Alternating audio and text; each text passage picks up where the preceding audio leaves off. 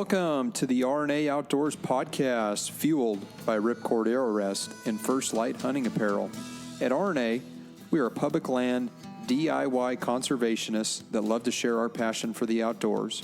So join us and our team as we interview professionals in the industry to share insight knowledge that helps make hunters and anglers more successful.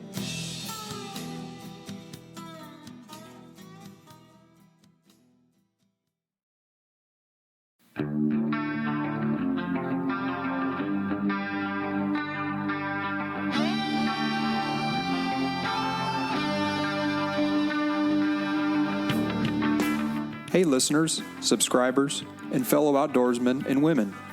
This is your host, Lucas Paw, and I'm excited to tell you about some of the sponsors that continue to help make this podcast not only happen, but grow and thrive in this digital world of audio content.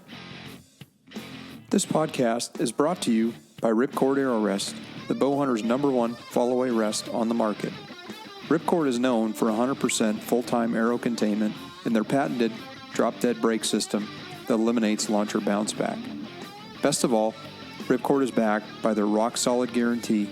If the original owner has a part break for any reason, it will be repaired or replaced at no charge.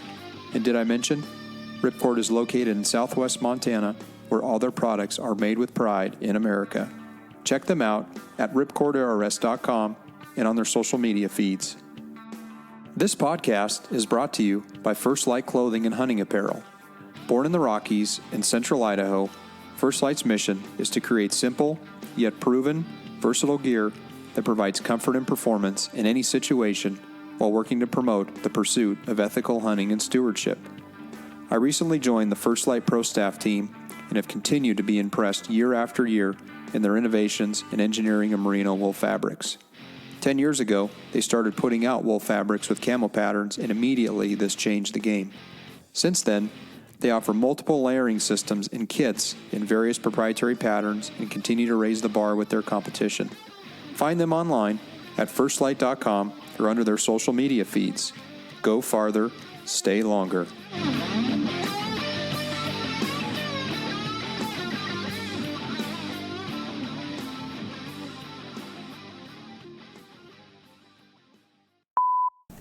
Heading elk camp. It's really not elk camp though, is it? Nope, just taking the Tundra for a drive today. I thought you were taking your bow for a walk. Well, in this area you just kind of road hunt them with your bow, so you don't even have to walk with it. That is very true. Well, the coffee's hot. The hostess is the mostess. Is that me? Well, you got Hostess donuts for breakfast. No Cheetos today. I think I got a bag in here somewhere. Save them for the mountain. Post-kill. Well, Ben and I are rolling hot. We're on I undisclosed, heading to where all the elk are bugling. Well, they were bugling there in September. We're 10 days in, 11 days into October. Yeah, today's the 11th. Yesterday was the nephew's birthday, so we had a little celebratory, and it's October 11th, and most people are out archery hunting right now, aren't they? Oh yeah, this is when the elk really get fired up. This is the big window. So anyway, as you all know, this is the RNA Outdoors podcast, and I'm here with co-partner, co-pilot, and chairman of the board, the one and only matriarch, Ben Miller. Ben, welcome back to the show. Yeah, thanks for having me, Lucas. Looking forward to being on the end of the bow instead of being on the call.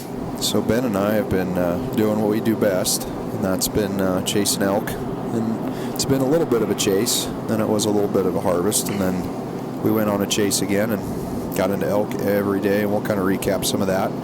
And we let a week go by, let a little weather come through, and now we're going to go back after the wild wapiti today, October 11th, like we said, and see if we can't get a bull stirred up.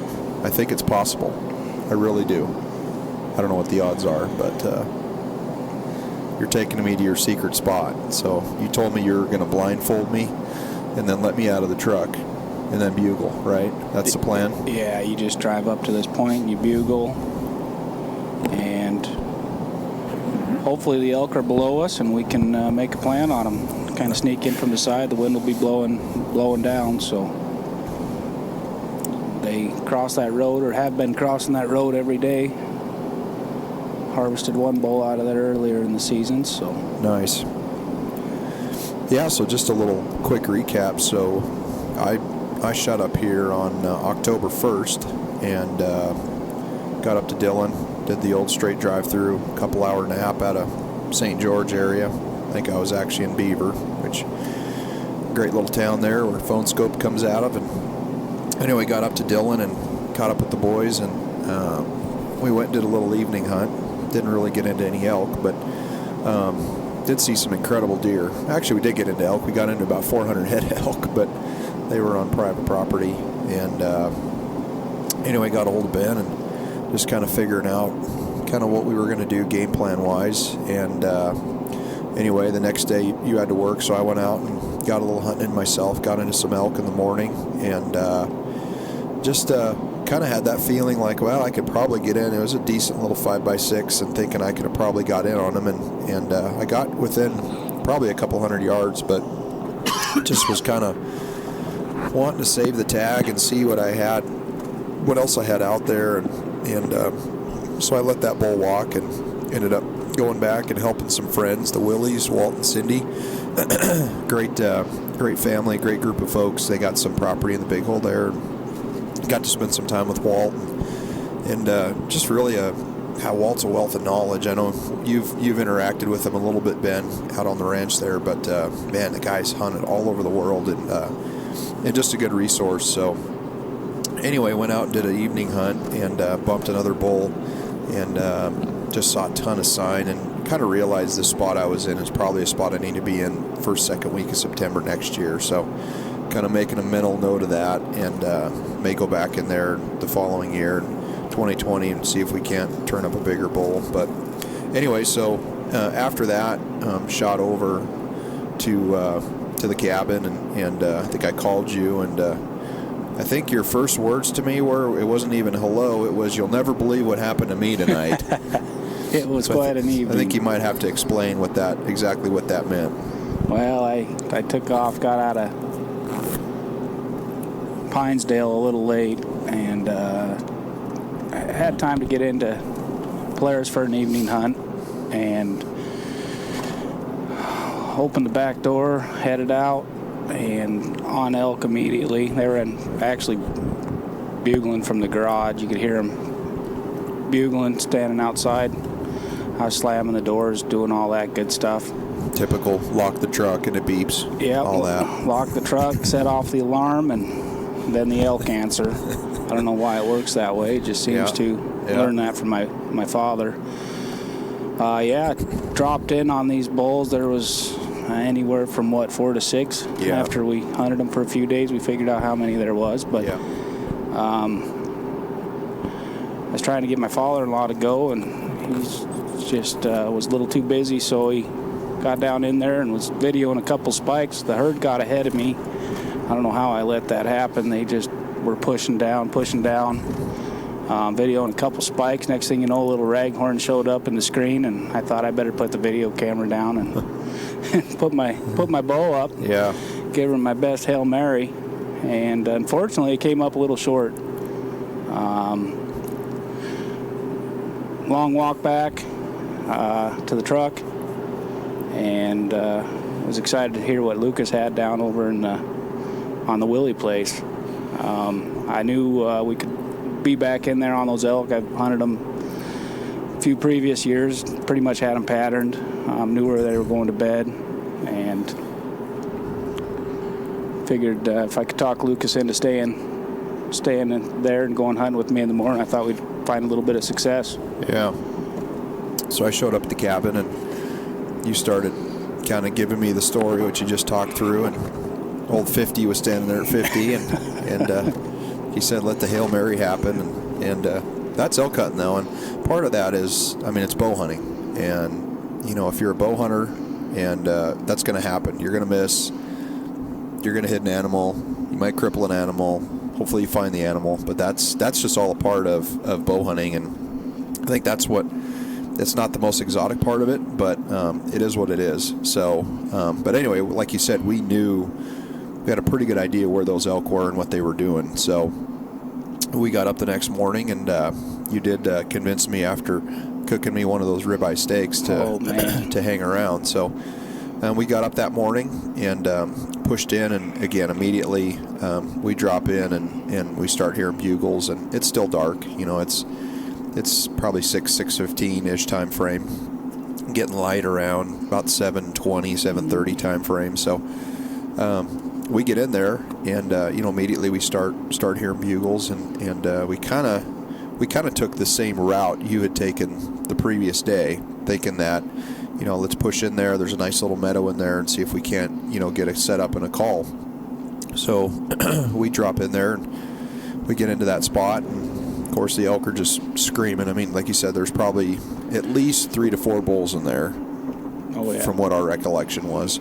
There might have been some others that weren't even talking, but there's clearly one herd bull in there, just letting all the other bulls know that he was kind of running the show. And sure enough, we did a little setup, and I popped up a little bit. You started cow calling and just got him stirred up. He was starting to go crazy, and it was kind of interesting because it felt like the elk were getting closer to us. Right? You were doing your job and pulling them closer, and then it was kind of that point where you're like, okay, that bugle got a little farther. Okay, that sounds a little farther now. Okay, now he's pointed the other way. So that's when we kind of, put it into, the aggression mode, and you and I kind of split off at that point, and I kind of pushed up and worked towards where the elk were moving, and you kind of looped around above me, and again, we were still kind of calling and working our way in, and here I am as I'm working through kind of the thick pined area. I push out like 3 cows, and so they go bebopping up over the ridge, and so I said, okay, well, there's elk in here. So I just kind of did my typical get above them, loop around them, keep the wind on my side, stay kind of right at their same level parallel.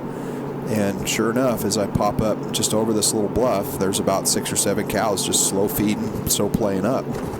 And they were kind of doing that, parallel 45-degree movement in front of me. So I kind of backed off, and again, I just kind of looped around, and I got into an area that was just absolutely perfect. Plenty of shooting lanes, and just felt really confident about the area that I was in, so I didn't really want to push it anymore. And sure enough, those cows just started filtering in, and they were just, like I said, slow feeding in front of me, anywhere from like 30 to 50 yards, and lots of nice cows. Calves were moving through. And then as I was standing there, I was trying to limit my movement because I wasn't out in the open. I was next to a pine tree, and I had a little bit of cover, but I had 3 or 4 shooting lanes from my left to my right, so I felt really confident about the area. And I see a flash kind of in the trees. I look to my right, and I see a bull. And as I'm looking at him, I'm like, okay, he's not the herd bull. He's not bugling, but he's pushing like 10 to 12 cows, and he's aggressively pushing these cows. So I was thinking, well, that's interesting. So he's got his own little clique, right? He's not with the big herd bull working those 40, 50 cows. He's got his own little set of cows, which I thought was interesting this time of year, He's got his little girlfriends. He's happy with what he has, and he's going to take what he can get. So exactly. So he's pushing these cows like crazy and moving them around in this little swaled area that I was in. And as the cows were filtering through one of my primary shooting lanes, I ended up ranging one of them, and it was 35 yards. So I kind of told myself, I said, man, if this bull, walks into this area, and I'd be stupid for me not to put an arrow in him. So I knock an arrow, and I'm doing all this pretty methodically as these elk are just slowly feeding in front of me. And sure enough, this bull for the first time comes pushing around, pushes a cow out, and walks right into my shooting lane, and he stops. And I'm sitting there and I'm not drawing, and I'm thinking, oh, and I'm hearing this other bull, below him bugling, screaming. I'm thinking, okay, that herd bull's working his way up. So that bull pushes off and starts pushing the cows again, and So then in my mind, I'm thinking, man, did I blow that? Did I blow that opportunity? And it wasn't within 2 minutes later, that bull comes back off where he was working those cows and steps right back into the same spot. And as he's coming into that primary shooting lane, I drew back, and he gave me an absolutely perfect 35-yard broadside shot, and I didn't even have to stop him. He stopped right in that area, and I just let an arrow fly and smacked him hard. Heard the smack, saw the luminoc sitting. Probably only had about maybe, I would say, 4 to 5 inches of arrow exposed. Didn't make full pass, but he was slightly quartered away, just slightly, which allowed the arrow to go through. And I punched double lung. I'm pretty sure I hit top of the heart, and that arrow just kind of sat right inside the shoulder blade there. And he walked off. He didn't run. He walked off, and I started cow calling, and rest of the herd blew out. And it was kind of cool. I was able to see him walk off, and he went over and bedded down. And that's when I saw kind of the legs kick up, and I heard the last few breaths, and that was it. Within, I would say, minutes, that elk had perished. So, which for me, ethical, clean bow hunting, you obviously want to be as ethical as you can, as clean as you can, but you want to try to make it as quick as possible, right? And that's what it was. That bull was down, and so I let him lay for about 30, 45 minutes just to make sure. And so I started trying to cow call to get a hold of Ben, because Ben was pushing another group of elk at that time. And, I was a couple 300 yards ahead of you. Yeah, ish. And you were working that group that moved in front of me. So I heard Lucas start calling, which I thought was kind of strange. Another story later in the podcast, we'll catch up on that one. But I thought it was kind of weird. I thought, man, that's Lucas. The cows were just going nuts all weekend. But you could kind of hear that Rocky Mountain game call squealing a little bit. And I thought, well, we'll just meet up and head back. So you headed back to the cabin, and I was kind of waiting around, and I was cow calling, and I threw out just a little spike bugle just to see, because it was pretty obvious what where you were, where I was. And so then I didn't hear you anymore, and I was kind of wondering, okay, well, he probably went back to the cabin, had some stuff to do. So I in-reached my brother, who then ended up sending a message out to our group message, and ended up getting you the location, and basically all my in-reach message said was bull down. And I sent a note to my brother Nick, and I said, hey, if Ben's at the cabin, get a hold of him and have him come back in with a light pack. So and I think it's a good plug for technology, because when you send an inReach, which most of you that don't know, the Garmin inReach, which is a satellite GPS texting device, it's a Garmin GPS, so it's got full GPS functionality, capability, but it also allows you to send SMS text messages. So those of you that are listening, some of you got messages from me while I was in Alaska. I had 0 cell phone service, but I was sending the inReaches while I was there, just letting folks know kind of what was going on. So did the same deal. Fortunately, had it on me, and so here I'm working, breaking this bull down, and Ben literally comes walking within 20 yards of me, whistling like, okay, I gave him a general proximity where I was at, what drainage, kind of just like I say, a general. And Ben knows that area well enough to know pretty much where I was at anyway. But he comes walking right up, and he was there, and we broke that bull down. It worked out good just to be able to come in there without my bow. Got the trekking poles out, had everything I needed, had a couple knives, even brought some game bags in. Yep. Lucas is always prepared. Normally.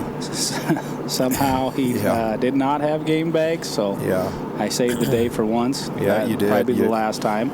You did there. Unfortunately, most of my game bags are sitting in Alaska right now with where all my moose antlers are. So anyway, that's a story for a different podcast. But anyway, so we spent the rest of the day and packed that bull out.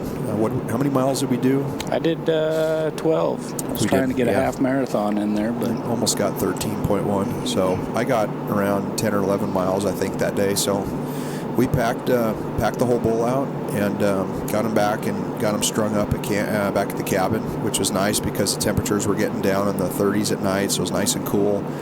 And the meat, there was no problem with the meat. So yeah, our second trip, it started snowing like crazy. Yeah. So we were so as we got the first load out, got it back to the cabin, walked back in, and got the second load out, and we just started walking into a whiteout, which it's Montana weather it's crazy for one. Typically September, October, you're going to expect a little bit of fall season. You're going to get some cool temps, but generally, before I would even say Halloween, there's typically not snow on the ground. And here you and I basically all of October and even the end of September have been hunting in snow, which again is not abnormal, but it's pretty crazy when you really think about having snow in September in Montana. Yeah, but it changes the game dynamic of the hunt.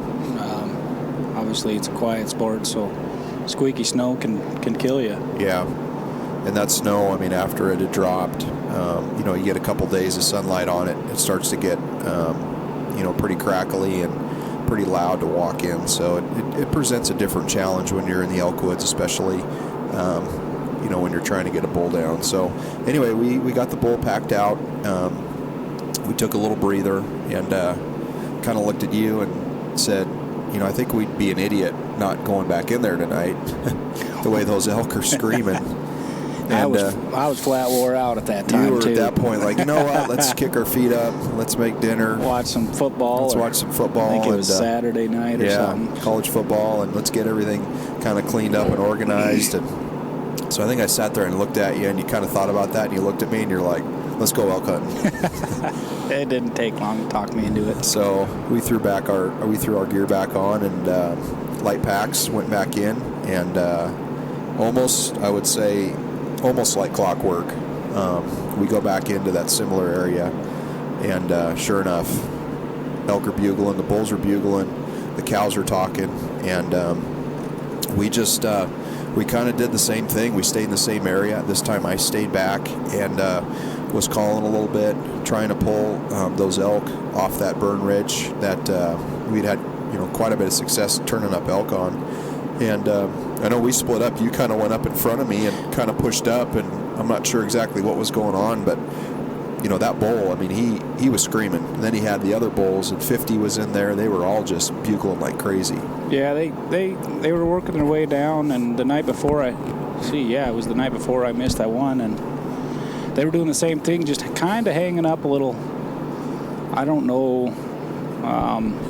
The wind was blowing up, obviously, and I don't know what held them up.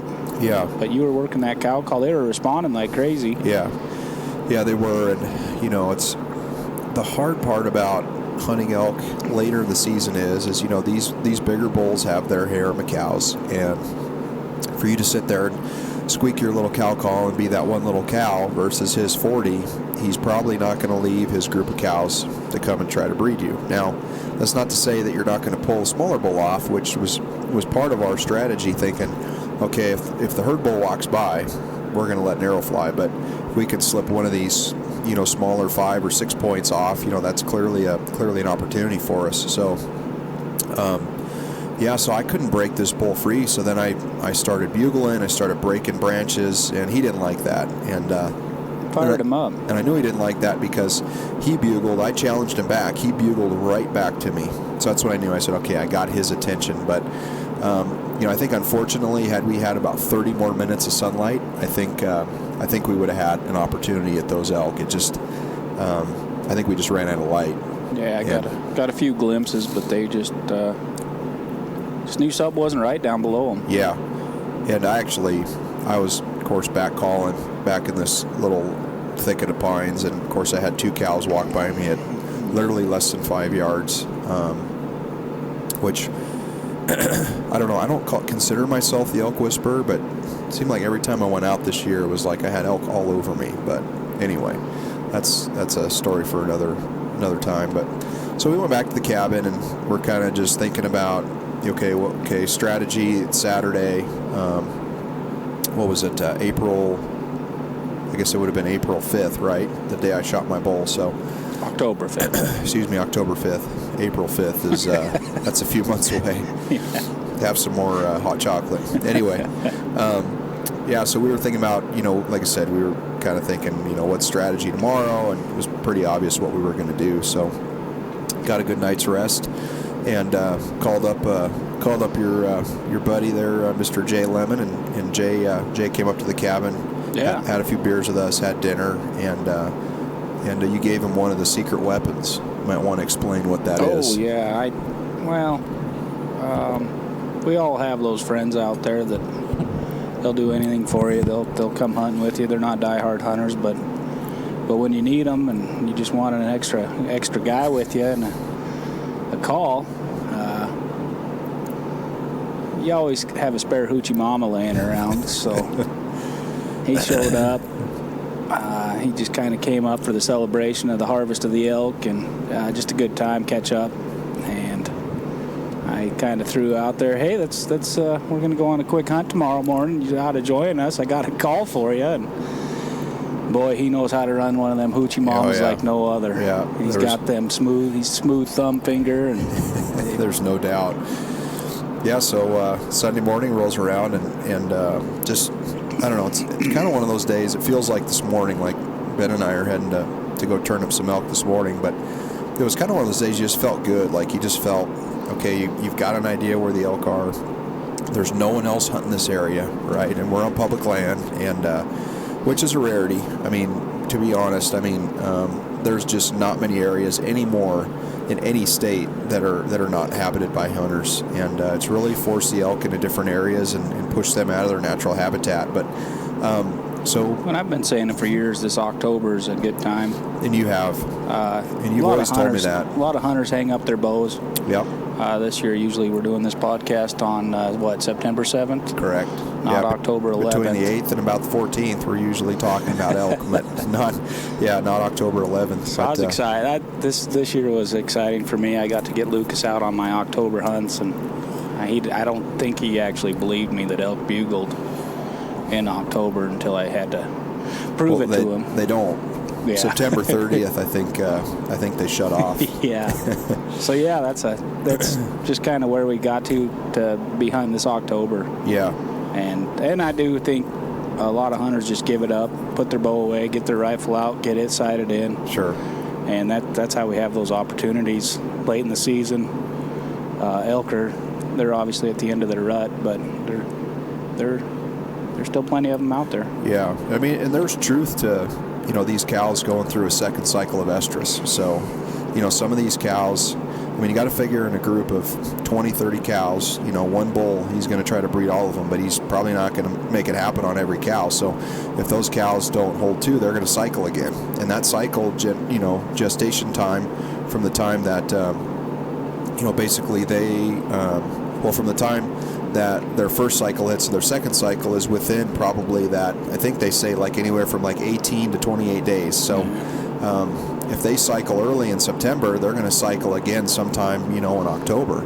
And clearly, I think there are probably some cows in that group that were not, that did not get bred on the first round because just by the way, looking at some of those cows, the way they were mewing, the way they were talking, kind of just the way that they were kind of working around that one bull, clearly there were some cows that were needing to get bred. So, well, and you look at the calf crop, there was some calves the size of small deer. Yeah.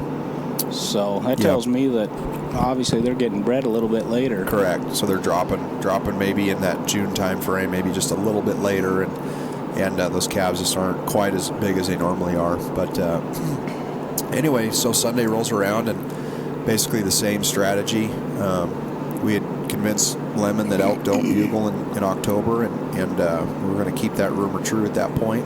And anyway, we get in there, and sure enough, almost like clockwork, and it was the switch was turned a little later in the morning, but once the sun was up, we were covered up in elk, and Jay and I kind of pushed back, and we were kind of enticed that bull, the herd bull, which we've been hearing bugle in the last couple days, just to come at us. And as we started setting up a stand for calls, you could totally tell he was interested in our calls, and he was pushing up that canyon, pushing his cows, and working his way up to us. We had you. I figured you were probably 80 to 100 yards in front of me, so I thought, from a calling standpoint, we had probably the right setup with Jay and I kind of split 60, 70 yards apart, and you in the triangle there in front of us. Yeah, it was perfect. That bull was coming, and I don't know, maybe you can kind of explain what all happened or the dynamic of what happened. I couldn't see a lot of it, and I didn't really see what unfolded, but clearly that bull was cutting in on us, and something happened. We had the bull coming up, herd talk, getting close to those cows. I was trying to find a good shooting lane. In fact, I was trying to find some cover, so I wasn't looking for a shooting lane. I was looking for some cover to get behind or to stand by, and I made a quick run up off this logging road, and there he was. He was coming. It was not the herd bull. It was another bull sneaking in to the two cows behind me, Jay and Lucas. And poor decision on my part. I was about 70 yards ahead of the guys, and I just wanted to get into a little bit better cover. Yeah. And that herd bull was still down a little bit lower, kind of doing the similar thing he did the morning before. Okay. He kind of rounded up his cows, pushed a little down. Yeah. That bull did slip by me. I kind of bumped him a little bit, got a couple cow calls in, calmed him down, got him back over to the north of me, and caught a glimpse of him. He was headed up. He was going to those cows, whether I was in his way or not. And he actually did get past me, and I think he kind of bugled up the hill past you. And yeah. I kind of thought Lucas let out a bugle, but he said it was just all those elk up above. Yeah. At that time, we still had that herd bull and the cows below us.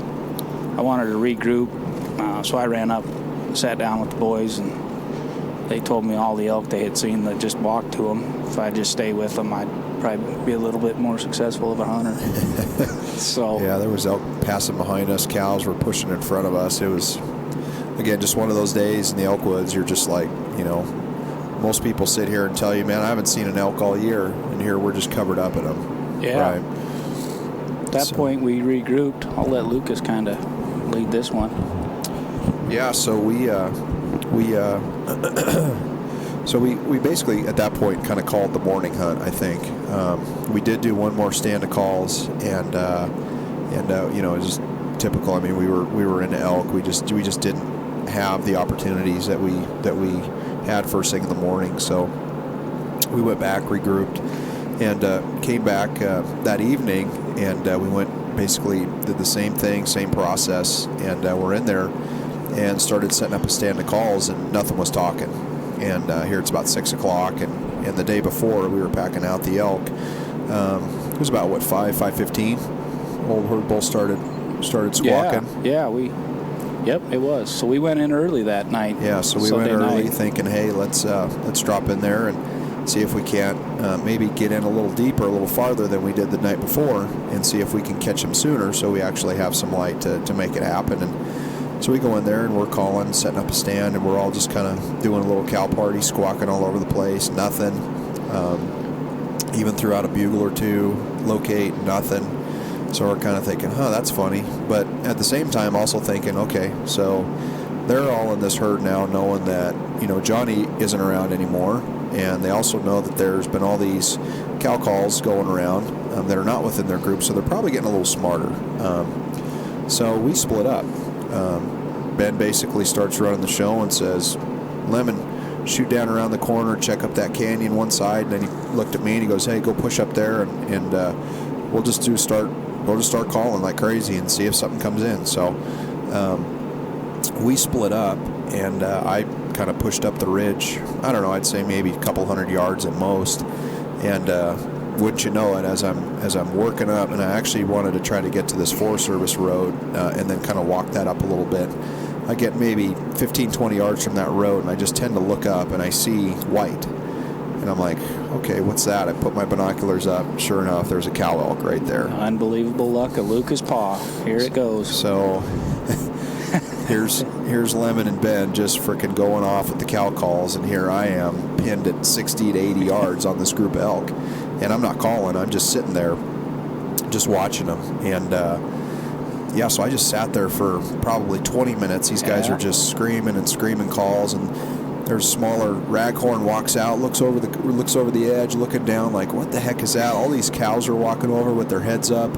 I mean, unbeknownst, he had no idea I was there. Wind was perfect on my side.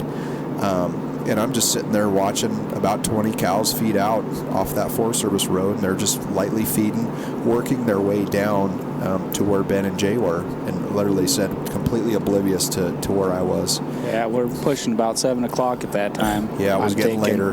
I'm just pissed. Lucas isn't following the plans. I give him one thing to do. One thing to do, and he's up there just sitting on his thumb or whatever. I don't know what the heck he was doing. Get up there and cow calling. Here I am sitting there not cow calling. So I round up Jay at that time. Yep. Or you want to go? Or no, go ahead. I rounded up Jay, and I said, hey, we got to go get Lucas. We got to straighten him out. He's got one job. He's supposed to call. We're supposed to sound like a herd of elk. And a little twinge in the back of my mind thought, maybe there's some elk standing on top of him like they always do. They seem to like Lucas. He smells right or something. And Old Spice. Yeah, it's good scent. Yeah. So then you guys stop calling, and then I hear you guys start tramping through the forest, stepping on twigs, and so that really gets the elk's attention. And while you're doing that, I'm looking down, and I look back up, and I see the silhouette, and I see, in the pines, you can see the head turn, and you can see that royal point and that back fork. And I saw what I believe to be was the herd bull. He was about 80 yards away. He was up on top of the hill. He had just crested out of where the Forest Service road was, so I got a pretty good look at him. I popped my binoculars up, and I was like, yeah, that's got to be him. And he was a good 6-point, really nice 6-point. And unfortunately, I kind of turned back around. At that point, one of the cows had pinned me because I was kind of making movement, and I was looking down at you guys, like kind of giving you the guys, they're here, the elk are here, like quiet kind of signal. And you guys didn't see me, and after that group blew out, and I popped down the ridge and kind of told you guys what was going on. And of course, Ben, you're just like, you got to be kidding me. I mean, seriously. But I always tell him, I said, don't leave my side. I'll find the elk. Oh yeah, He's always been that lucky charm. So anyway, we may have got back into him before dark. We pushed out a couple mule deer, and that pretty much closed down the weekend of hunting for us. That weekend was pretty incredible. Like I said, I think I can count on one hand how many times I've been in kind of a rut bugle fest like that. We've had a couple opportunities in one of our spots, and as a younger kid, I remember with my dad in the breaks hunting elk and just bulls screaming like crazy. And of course, you and I shared the New Mexico hunt last year. Yeah. And basically from 10 at night till 2 in the morning, there had to have been 15 different bulls just screaming their lungs out, walking within a few hundred yards of our camp. Right at camp, it was incredible. Yeah. So those are those times that, when you're with someone, you cherish that moment, that memory, you never forget it. But it also, when I think about elk behavior and elk talk, it's fun to be in those situations because you hear the cows, how they talk, how they're calling, and I always try to model some of my calls after hearing a real life elk, but then also interacting and engaging with the bulls, and as they bugle, I would always cow call after their bugle just to let them know, hey, I'm interested in you. I would wait. I wouldn't try to entice him. He would bugle. I would cow call immediately after that. So, again, it was kind of getting his attention. Like anytime he would talk, I would respond to him with the cow call. And so it's those types of things, you're trying to break that bull loose. And I've always said 9 times out of 10, it's not going to happen, but you never know when it's going to be that one time. And that bull comes, walking up the path, looking at you, you got to make it happen. So just a fun weekend. We went back to the cabin, and we split ways, and I actually just out of curiosity's sake, went back in there that morning, and those elk were in there. They weren't talking very much. I thought I heard some cow calls, but I didn't hear any bugles to my knowledge. And but we also talked about they probably need a few days off. When you're pushing them like that, and I wouldn't say we pushed those elk. I would say we maybe got them moving a little bit a couple times, but we never really pushed them to the point where we blew them out. I think they were just really cautious and kind of shut off the light switch and for a few days, and should be ready this weekend for another fest. Yeah, looking forward to getting back in there. So, we're going to check a new area this morning out. Yep. Well, one of my old areas, but new area for Lucas. I've been itching to get him over here. Yeah, excited to be in here. Learned how to hunt here 22 years ago, and been in there a few times this year. It's been good. Had a bear run through our camp earlier in September, so there's bears in the that country. Opportunity, yeah. So no, I'm looking forward to it. This is probably going to be my last elk hunt of the year, and as long as I've known Ben for quite a few years now, he's always talked about taking me into this one spot where his dad took him many years ago, and that's pretty special when you go to places like that where a lot of us learn how to hunt. I think about where I grew up and some of the mule deer hunting. I try to go back to some of those places every year where my dad took me. It's just, you remember the memories, you remember certain areas. It's just special to be able to do that. So I'm looking forward to it. I'm hopeful that on our way back to town, we'll be back on the headsets with a nice 6-point in the back of the truck. I hope so. So we'll see. The weather's kind of blown in. It's supposed to be in the teens, so it's going to be cold. But sometimes that obviously can get the elk fired up too.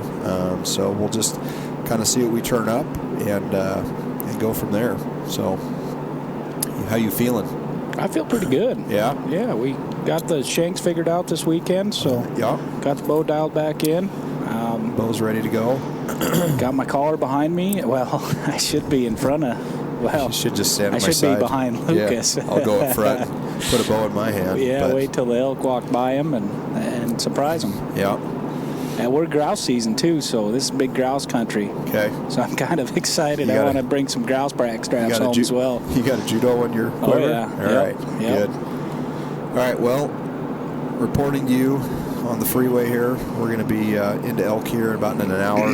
We're going to push off the highway here and hopefully see what we can turn up and see if Ben can't get her done. So yeah, we got to get our bugler ready. We got 30 minutes to pull over on the side of the road and let a bugle out. All right. Well, Team RNA working it October 11th. It's Friday, so we'll see what we come up with. Anyway, thanks for listening. Hopefully you enjoyed the show. Kind of give you a little bit of background about my elk hunt this year, and it's always fun time to be out in the elk woods. I've always been a September elk hunter, usually early. Like to find the bulls early, but Ben might have convinced me that October is a good month to hunt too. So anyway, stay tuned. Thanks for listening, guys, and we'll catch you guys for another adventure on the RNA Outdoors podcast.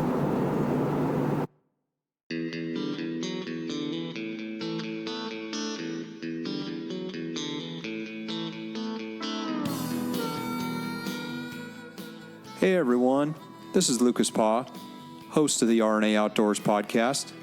Please check out Podbean and iTunes. If you have an iPhone or iPad, go to the podcast app on your device, search for RNA Outdoors, and hit the purple subscribe button. When doing this, it will automatically upload when new podcasts are loaded, and they will download into your queue. For Android users, you can access the podcast through Podbean, Stitcher, or use our website, www.rnaoutdoors.com/podcast. In addition, under the RNA Outdoors podcast channel, please leave a review and a 5-star rating. These reviews help boost our popularity and outreach. You can also follow us on our social media outlets, Twitter at RNA Outdoors, Facebook, RNA Outdoors, and Instagram, Rod and Arrow Outdoors. All links are in the show notes as well. If you like what you've heard, we hope you'll pass along our channel to your friends and colleagues. Keep up the good fight. We cannot sit by and watch the public lands devoted to wildlife protection wither away. There's simply too much at stake. Make your voice heard, speak up, and get involved with conservation efforts, and know that every little bit helps. As we say on the mountain, go farther, stay longer.